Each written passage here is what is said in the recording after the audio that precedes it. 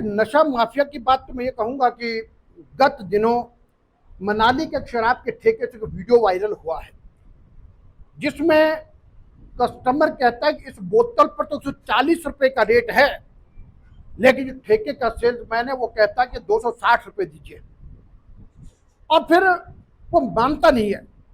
और फिर उसके बाद वो कहता है कि एमएसपी के साथ कितना होगा, तो उस पर भी नहीं मानते कि 260 रुपए ही मुझे चाहिए। और फिर वहां पर दुकान में ना किसी प्रकार का बिल है, ना कोई डिसीजन लेने वाला व्यक्ति है। तो मुझे लगता है कि इस सरकार का नियंत्रण, इनका आशीर्वाद ऐसे शराब माफिया पर है, लेकिन मुझे पूरा विश्वास है कि अभी तक वो जो वीडियो वायरल हुआ तो उस पर कोई कार्रवाई नहीं की होगी।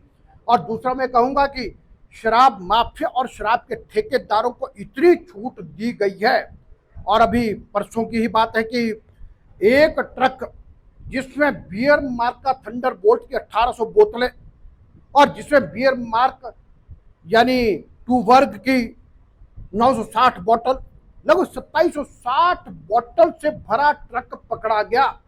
आखिरकार इतने बड़े लेवल पर शराब की तस्करी हो रही है, बियर की तस्करी हो रही है, इस सब के पीछे कौन जुड़े हैं? क्या कोई इस प्रकार के कारण तो नहीं है? क्या आपने हिमाचल प्रदेश के स्थानीय शराब के ठेकेदारों को इतनी ज्यादा छूट दे दी कि यहाँ पर इतना महंगा मिल रहा है, जिसके कारण से शराब तस्कर भी सक्रिय हो गए हैं? और आपका आशीर्वाद, चाहे शराब तस्करी करने वाले हैं, चाहे शराब का कारोबार करने वाले लोग हैं, उनके मुताबिक ये सरकार चल रही है। और उसी तरह मैं कहूंगा कि खनन माफिया पर भी पूरे प्रकार से ऐसे लोगों का नियंत्रण चल रहा है कि सरसई का गांव, रांगड़ी का गांव, जहां के घरों को खतरा है, गांव के लोग मीडिया के सामने आ रहे हैं, अपने आप मशीनरी को पकड़ रहे हैं, तो वहां पर भी सरकार का कोई उनको रोकने का कोई प्रयास नहीं है।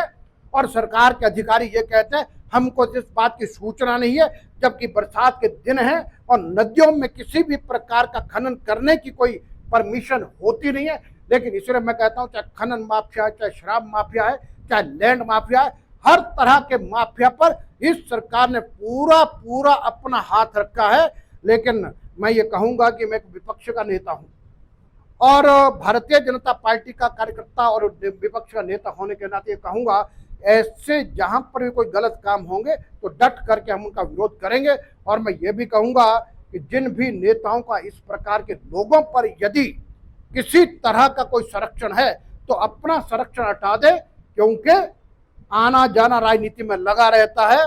कब सत्ता में हो, कब सत्ता से बाहर है, तो कोई पता नहीं चलता, हिसाब किताब जल्दी होते हैं। लेकिन ऐसे गलत लोग जो समाज के विरोधी हैं, समाज को नशे की ओर धकेल रहे हैं, ऐसे सब लोगों पर नियंत्रण लगाना अत्यंत आवश्यक है।